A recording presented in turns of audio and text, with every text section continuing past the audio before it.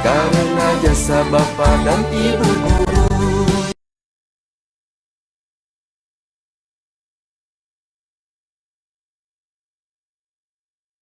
Bismillahirrahmanirrahim. Assalamualaikum warahmatullahi wabarakatuh. Alhamdulillahirabbil alamin. Alhamdulillahilladzi hadana li hadza wa ma kunna linahtadiya laula an hadana Allah. Asyhadu an la ilaha illallah wa asyhadu anna Muhammadan abduhu wa rasuluh. Wa la nabiyya ba'da.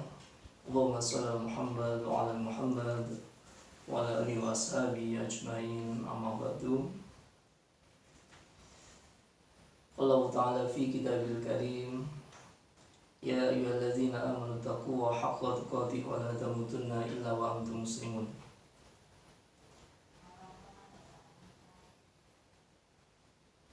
Alhamdulillah, segala puji bagi Allah Subhanahu wa taala yang telah mengkaruniakan kepada kita berbagai nikmat yang sangat banyak, nikmat iman, nikmat Islam, nikmat ukhuwah, sehingga kita bisa tetap berislam, tetap beriman dalam kondisi iman, dan juga berada di antara saudara-saudara kita sama muslim.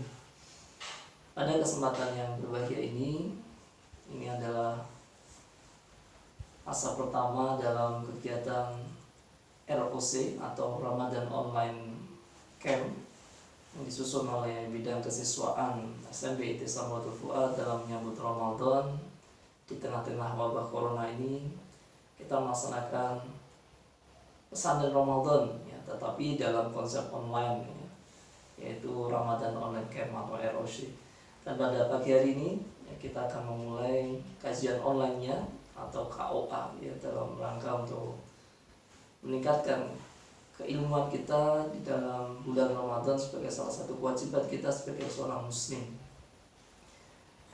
Para siswa yang dirahmati Allah, Ustaz dan Ustazah rahimahumullah, para peserta kegiatan kajian online pada pagi hari ini, sesuai dari amanah panitia ROC bahwa kegiatan salah satu materi yang diamanahkan pada kami adalah bedah buku Nashahul Ibad ya, karya Imam Nawawi Al-Bantani, seorang ulama besar yang merupakan Syekh Al-Haramain, terkenal beliau sebagai Syekh Al-Haramain ya, Syekh Al-Hijaz, karena memang keulamaan beliau ya.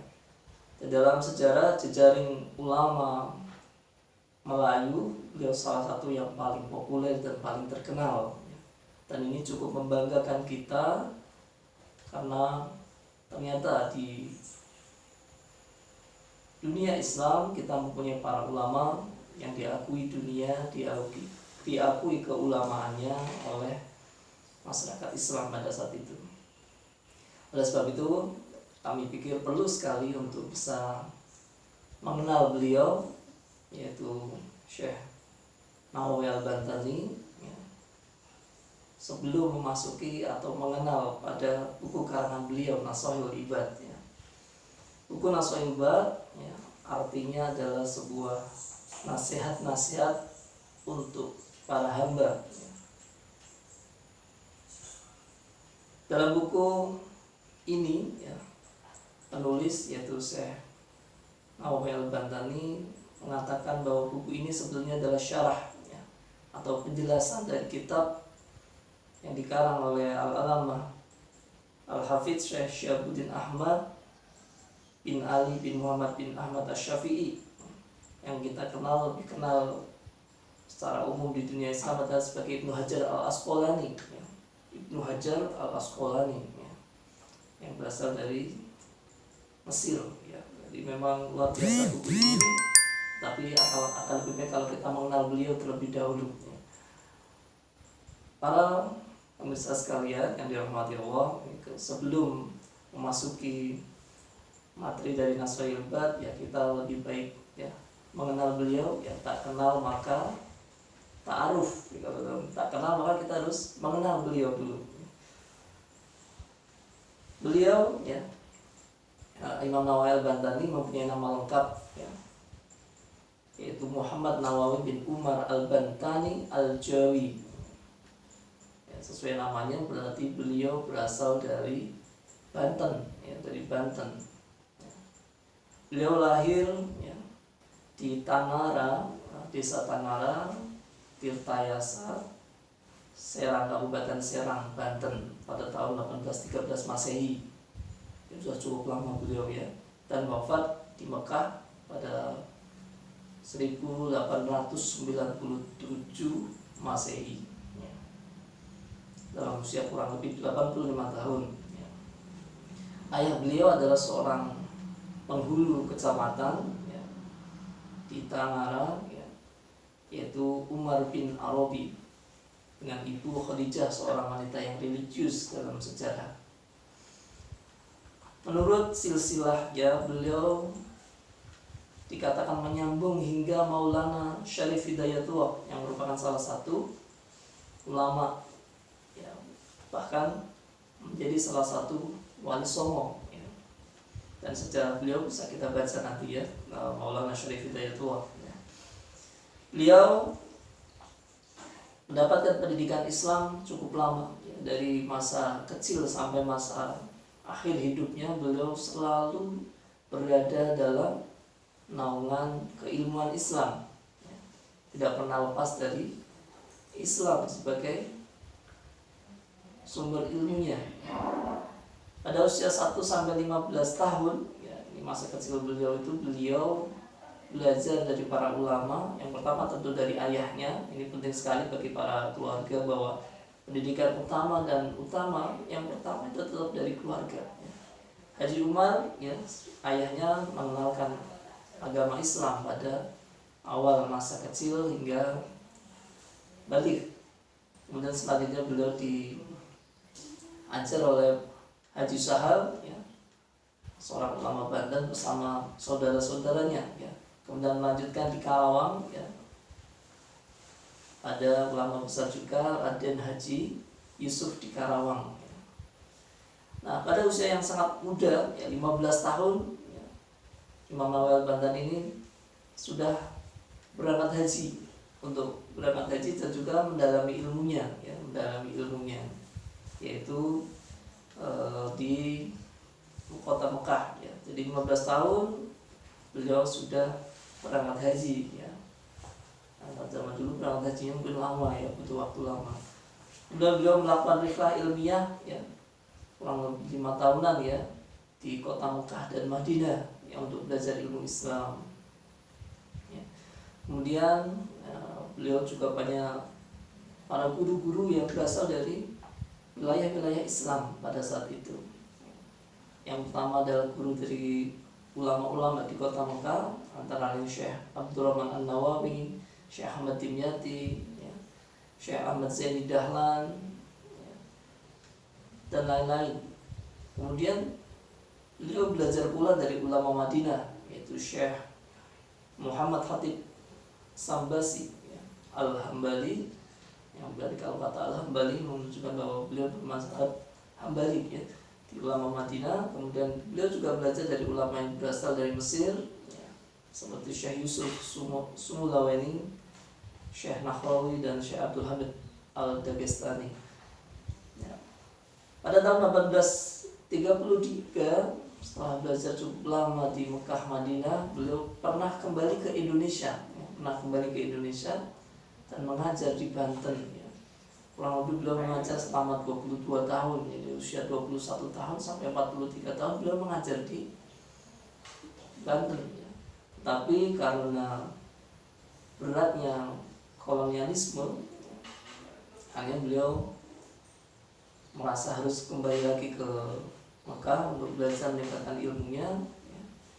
Dan pada tahun 1855 ya, beliau kembali ke kota Mekah untuk meningkatkan ilmunya, dan sampai akhir hidupnya di tahun 1897 Masehi beliau belajar di kota Mekah ya.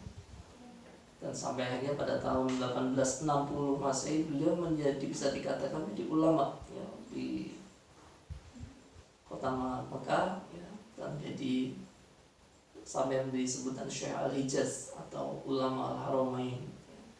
Salah satu prestasi beliau adalah pernah memberikan kuliah umum ya, di Universitas Al-Azhar pada tahun 1870.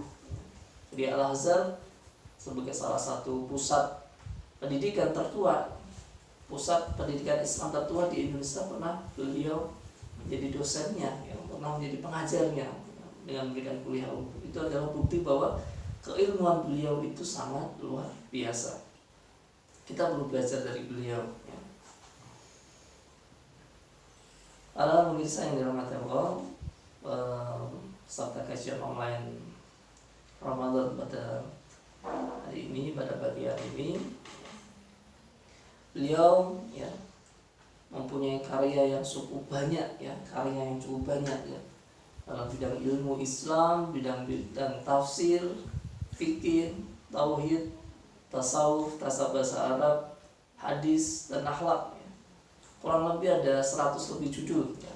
Kalau kami membaca dalam buku Ensiklopedia Islam, ada kurang lebih 126 judul buku. Nah, ini berarti menunjukkan bahwa beliau sangat produktif, dan bukunya itu tidak ada yang berbahasa Indonesia. Semua bukunya ditulis dalam bahasa Arab ya,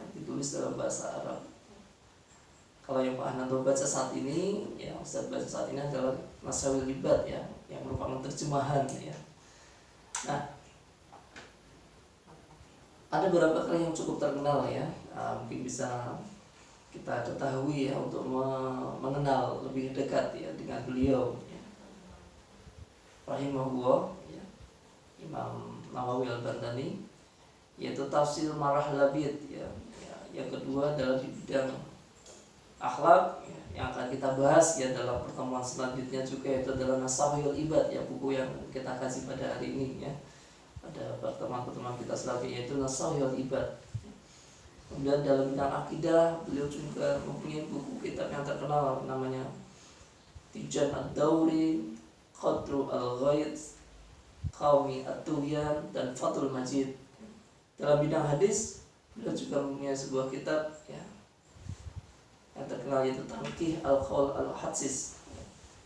Kemudian di fikih ada kitab Sulam Al-Munajjad, kitab Kashifa Al-Sajjad, dan kitab Uqud Al-Jain. Dalam bidang tasawuf ya, ada buku berjudul Marab Al-Ubudiyah dan Salim Al-Fudula. Serta kajian online yang dirahmati Allah ya, salah satu karya beliau yang paling utama adalah beliau juga menjadi penggerak ya dalam pergerakan di Indonesia ya. Karena beliau walaupun berada di kota Mekah ya, pada masa tahun-tahun beliau di kota Mekah, selalu perhatian terhadap pergerakan bangsa Indonesia yang berada dalam penjajahan ya, kolonial Belanda pada saat itu. Beberapa murid-murid beliau ya, menjadi penerus semangat beliau ya. Beberapa muridnya yang sangat terkenal ya, adalah Kiai Haji Hashim Asy'ari, pendiri Nahdlatul Ulama dari Tebu Ireng, Jombang. Beliau juga seorang penggerak ya, bahkan sekarang sudah menjadi pahlawan nasional, yang memang pergerakan beliau untuk membangun Islam di Indonesia melawan penjajah kolonial Belanda sangat besar ya. Sebagaimana contoh pada orang Surabaya ya, para ulama bergerak ya untuk melakukan risalah jihad NU pada saat itu, yang akhirnya mampu mengusir ya, Belanda, yang membonceng nikah ya pada 10 November ya. Ini perlu dibaca sejarah kita ya, peran Islam, peran ulama pada saat, dan perang santri pada saat perang Surabaya. Kiai Haji Hashim Asy'ari ya, seorang ulama murid beliau, juga seorang yang menjadi penggerak utama dalam pergerakan nasional pada saat itu. Yang kedua adalah Kiai Muhammad Khalil ya, dari Bangkalan, yang juga sangat terkenal ya sebagai seorang ulama yang menggerakkan Islam di Indonesia. Kemudian ada Kiai Haji Ilyas dan Kiai Muhammad Tubagus Asnawi yang dari Banten juga, dan Kiai Haji Wasid dari Cilegon.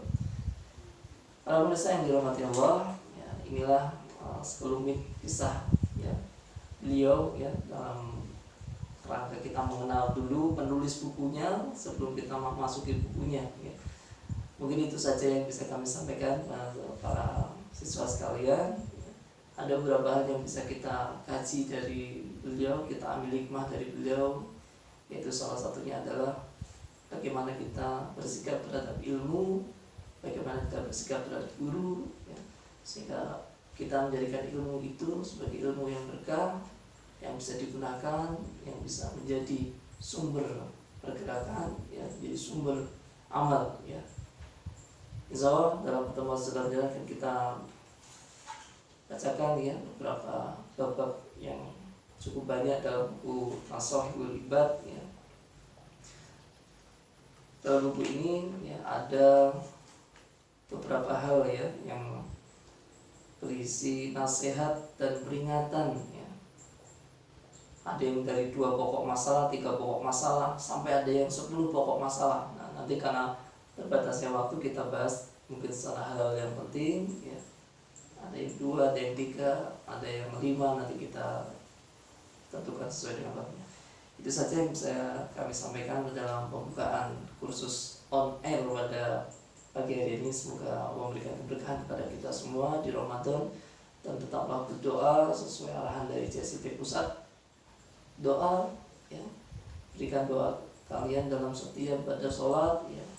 Allahumma inni a'udzubika minal barosi wal jununi wal juzami wa min sayyi'il asqami. Doa ini setiap pada sholat, juga dalam kunut ya.